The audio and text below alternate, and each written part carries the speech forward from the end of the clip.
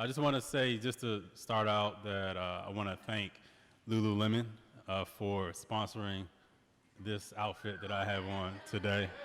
Um, when my daughter got in the car today, she said, "Daddy, you look snazzy." I said, "Thank you." It's not really I get those compliments from my 10-year-old.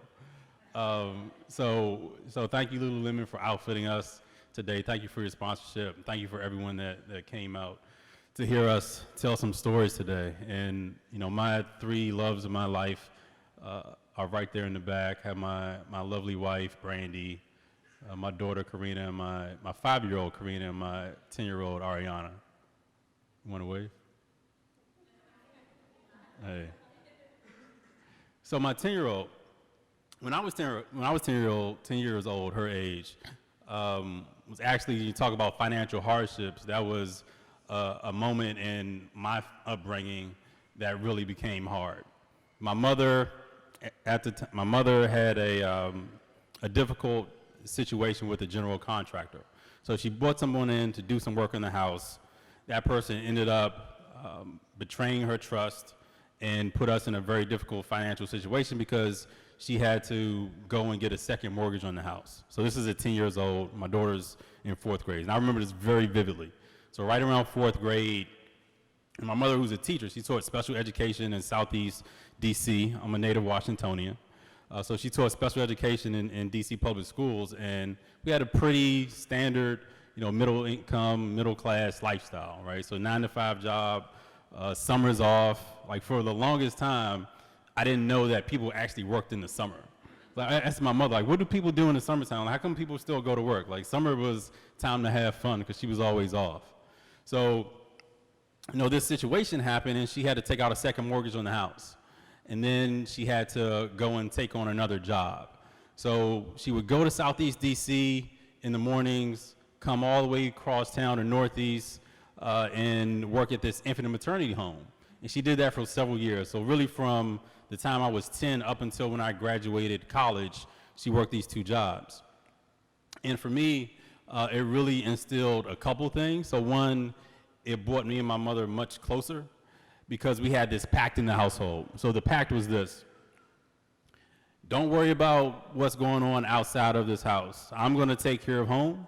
I'm gonna make sure that you have a roof over your head. I'm gonna make sure you have clothes on your back. I'm gonna make sure that you have food in your stomach. Your job is to go to school and get good grades. That's all you have to worry about. And that's what I did for most of my upbringing till I got to high school, right?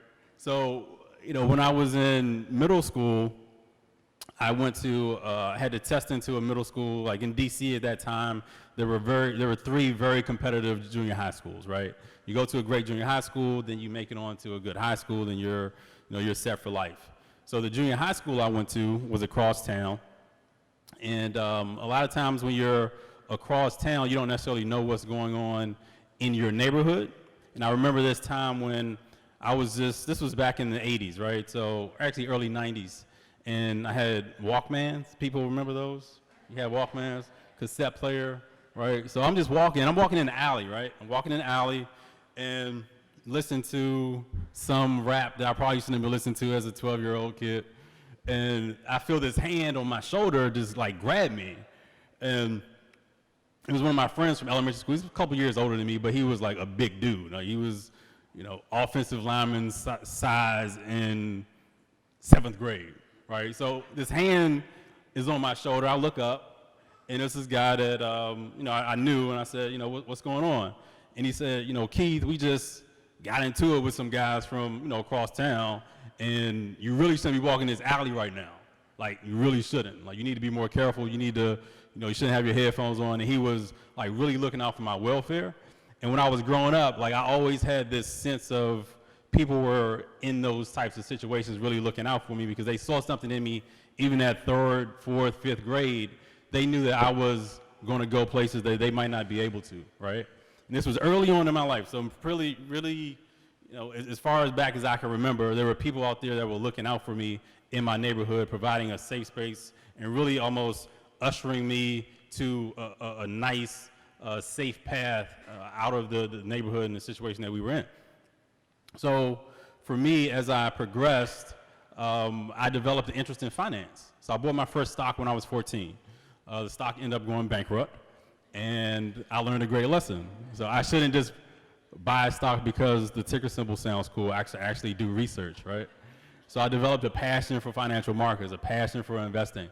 And I went to school, and I always had an interest in finance, but also had an interest in psychology and helping people, right?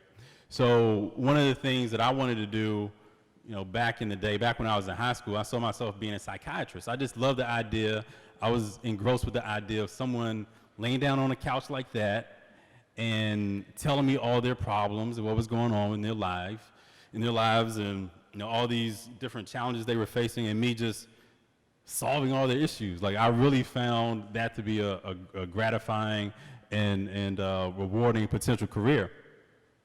Went to Carnegie Mellon undergrad and started taking some science courses, and realized, okay, so I have to actually do biology and chemistry to go down this path. I can't just read all the clinical psychology books and just jump into somebody on my couch. Like, you have to there's science behind it, and that wasn't appealing to me, right? So I decided that financial planning would be a great marriage of this interest in investing in financial markets and this interest that I had in psychology. And that's really what I do as a financial planner.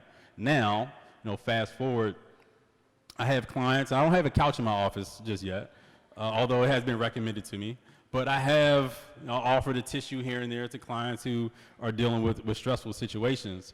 And marrying those two has been one of the reasons that drew me to the profession. And where I am right now in my, Rain was talking about all these different risks that he was taking. So in our industry, I would call that diversification risk, right? So he was overly exposed to those, to that one investor, to that one project, and that's something you have to be careful about. But where I am right now is my mentality as a financial planner isn't the typical mentality I think of a lot of people in our profession. I think in many ways I share that passion for doing what it is that I love, for doing what it is that gives me a thrill, for doing what it is I think is right, for what I've been called to do. But sometimes the economics don't necessarily make sense, right? So a lot of people that went down my path, went to the schools I went to, have the credentials and things that I have, they end up going to Wall Street and live a life that is more, I'll say, stable than the life of an entrepreneur, right? So as an entrepreneur, you follow your passion, you follow what it is that you love doing, and you get a lot of enjoyment and fulfillment from that. And one of the driving passions for me right now is this issue of the wealth gap, right? So when you look at the country right now and where we are, we're facing a lot of challenges. I would contend that closing the racial wealth gap is the civil rights issue of our time, right? So we've done a lot on the education front. We've done a lot on voting rights and all of those issues, which are important and critical. But when you look at the wealth divide in this country and what that means to your everyday life, what that means to your opportunities, I don't think there's a more important and more pressing issue than that right now. And one of my particular passions is advisors of color. So many of you might be familiar with the Credential Certified Financial Planner. So there are over 83,000 certified financial planners in the country right now.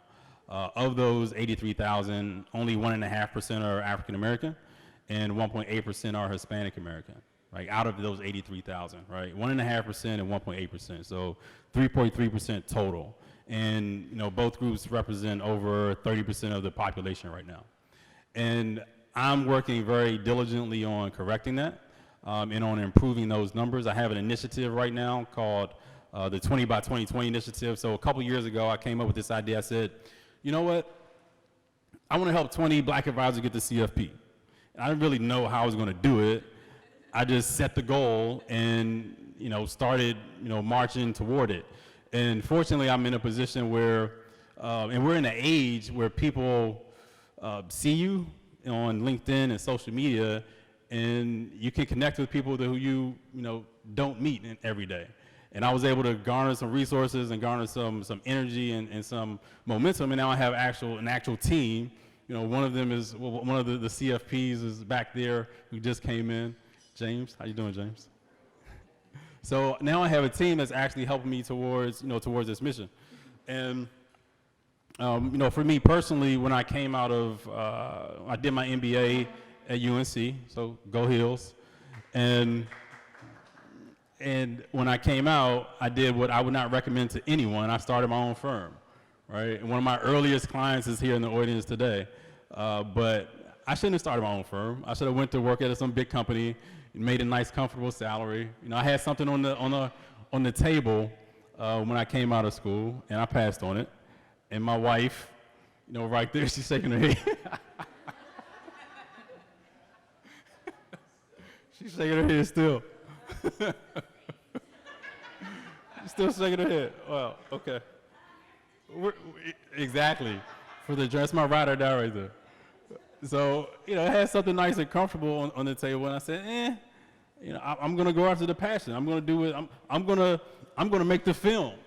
I'm gonna do it. I have a vision, and for me, my vision was, in my eyes, it's a very simple vision, right? I wanted to be in an environment where I was surrounded by highly, you know, competent, well-credentialed professionals. I wanted to be able to work with people that were millionaires, but also people who weren't quite there yet. I wanted to have some clients of color, and I really wanted to be able to demonstrate cultural dexterity, right? So being able to go in and out of different environments and be my authentic self. And I didn't think that those were big requirements for me to have as a career in a job until I actually started talking to companies and realized it wasn't possible, right? So I'm a very reluctant entrepreneur. So I consider myself an entrepreneur out of necessity, not out of, you know, want or desire. But now that I'm on the path here, I have a commitment to the people that are at the firm. Right now we're up to, we have 5 advisors on the team now. So we have 4 CFPs of color. We have a very high bar. So in order to be a senior advisor at our firm, you have to be multi-credentialed, right? So you can't just have the CFP, you have to have the CFP plus a bunch of other letters after your name. So we set the bar incredibly high for the advisors that we have at the firm. And that's really because the clients that we work with deal with a lot. They deal with a lot. I have clients that are, just a couple things that come to mind. I had a client within the past couple weeks, she had to settle with her company for over $150,000 for back pay. Company was underpaying her to the tune of over $150,000 over the course of a few years. So I hear stories like this, and I didn't realize, honestly, I didn't realize how bad it is for women. I didn't realize how bad it is for people of color, and especially women of color, until I started hearing these stories.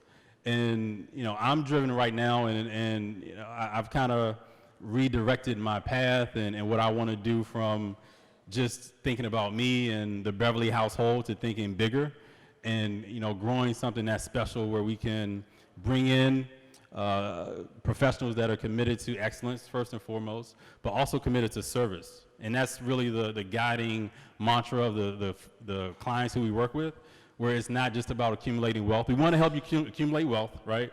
Because the numbers, for it to be a viable business and for us to, you know, do well, you have to have a certain level of assets and wealth and all that good stuff. But we also want to make sure you're committed to service, you're committed to leaving a legacy, you're committed to positive social impact. And I think as you go down our client list, all of our clients have that commitment to both of those dual commitments of, you know, service and to accumulating wealth. And I'm not rambling. I don't know how I'm doing on time. I don't want to keep going. I'm good. Okay. All right. I'll wrap up. This is why PowerPoint presentations are helpful, because you kind of can go bullet points and just go. So I'll close with this thought. From a very early age, like I said, I've always known my role, right? So my role has been not just to, you know, just be in the books, not to, you know, be out on the corner and doing things that I shouldn't be doing, but it's to have a foot in both worlds and being able to relate to people in all types of environments. And that's what, you know, we do at the firm, Grid 202 Partners, and what I'm doing with Moxie, the initiative that we have to bring more CFPs of color into the industry, and that's really my life's work. And at the end of the day, what drives me is knowing that when I look at my two daughters, back there, that they can be proud of what daddy does, and it's not just about money. It's about him fulfilling his purpose. It's about him wanting to be a better man. It's about him wanting to leave an impact on society and be really a leader in the community in a certain type of way, right? And I think that leadership that I want to embody is leading not just by telling someone where to go, but going there and bringing people along with me. Thank you.